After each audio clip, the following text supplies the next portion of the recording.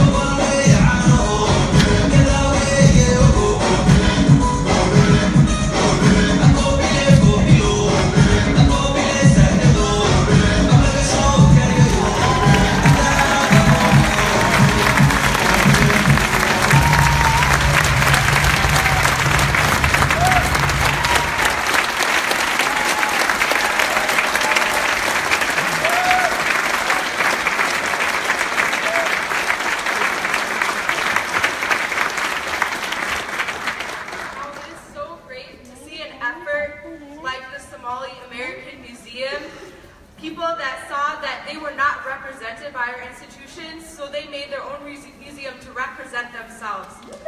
That's cool. The link to donate to the Somali American Museum of Minnesota is on their website, in case any of you were wondering.